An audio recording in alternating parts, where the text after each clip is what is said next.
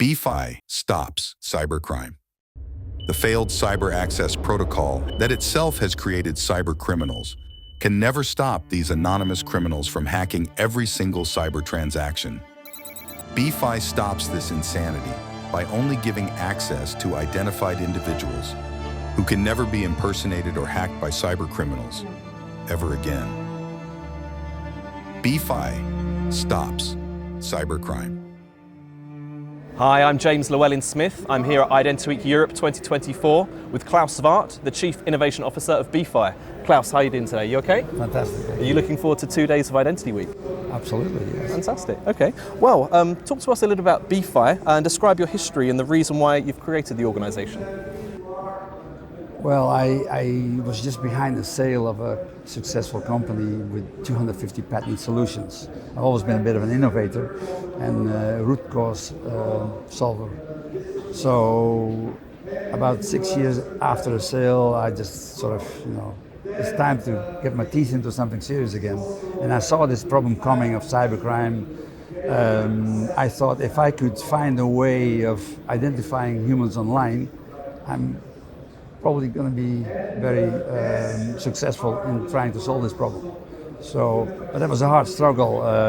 Obviously, we started with the facilities as is, the cyber access protocol, which uses passports, passwords, fingerprints, PIN codes, you name it. And so we had a very sophisticated, patented random key encryption system, and we thought we could do it with that. But after 10 years trying, I realized that basically no matter if you encrypt or re-encrypt, it makes no difference, because it's basically the process is a matching process. So you match an identity to another identity, and then the gate opens to whoever presents that identity. That's how cyber works. And so we realized that basically if you would call, say, cyber anonymous, you could understand why that would be called anonymous, because once the two identities are matched or identified, the gate is open to whoever presents that. But there's no facility of identifying the person who comes with it. So everybody gets anonymous access, and an anonymous could be a cybercriminal any time. You never know what an anonymous is. It could be a monkey, it could be an elephant, whatever. So, and we have expressed that in our video where we show the difference between immigration, for example, and cyber.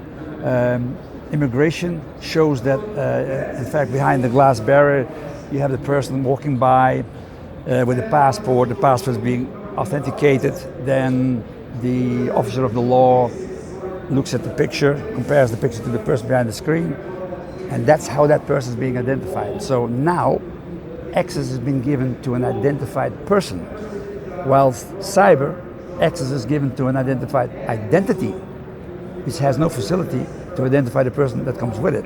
So that means everybody is anonymous, and anybody anonymous could be a criminal. So that's basically all the trillions of transactions we've had could have all been criminal, really. That's how wicked it is. So you spoke a little bit about cybercrime there and what your organisation does. So yeah. How are you different to the other solutions out there in terms of stopping cybercrime? Because we identify humans for access, and cyber access protocol identifies identities, and that's the main reason. So as I said, so first of all, with cyber you get anonymous access, and then to secure cyber is basically trying to secure or identify the anonymous again, which is impossible. So it's a never-ending story.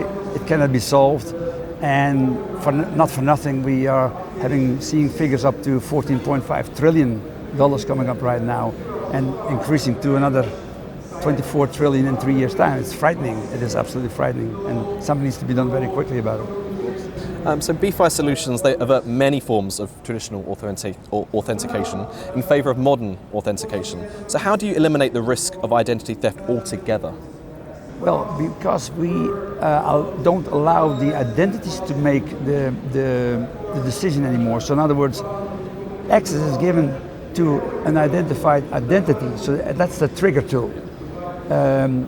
We, with BFI, give access to an identified person. So that identifying process of that person is triggering the gate to open. So that's the two major differences. So when you have the person itself operating the identification process, he then opens the gate, or she opens the gate to himself or herself, whilst anybody can operate an identity. So what you can do with an identity, because an identity has no connection to the person, that means that basically 6 billion person can actually get access with your identity.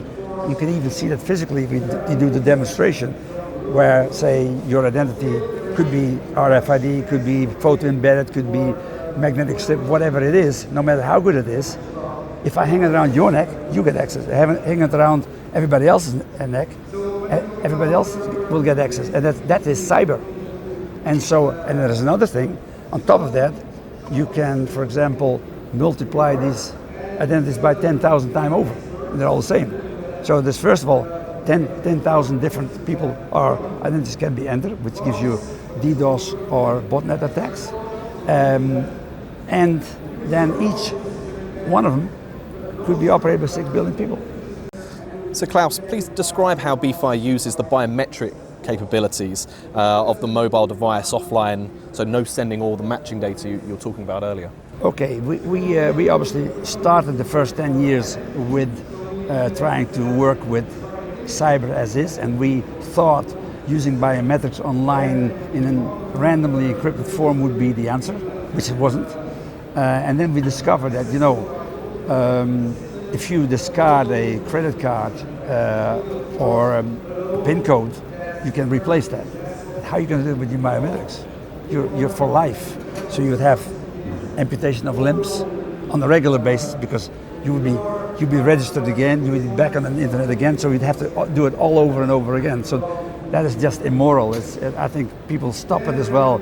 Online biometrics is something that will be stopped soon, and we stopped it 10 years ago, but we use our biometrics offline, and they are very good for that. So offline biometric identification works perfectly, and that's what we do. So there's no biometric information being sent over the internet. It's like a confirmation code. That's what we're working with. And so does your solution integrate with other solutions of customers and partners? Yes. And a second question, just how do you see the growth of BeFi evolving? Well, of course, it's how quickly we can adapt it, and it's highly necessary. You can see the necessity. We're maybe already too late. I mean, we're at 14 trillion. It's just totally crazy. But we want everybody to work with us. We want all the identity providers to work with us. We want to integrate like Intel Inside used to be. We are going to do that with BeFi Onboard. So BeFi Onboard is fitting into a 2FA solution, where we take over one of the factors, and then the one factor will make sure that person is going to be identified, and so the whole transaction becomes 100% secure. Well, Klaus, that's great insights into BeFi and what you guys are doing in the industry. Thank you so much. Enjoy the rest of the 2 days. Thank you very much. Thank you.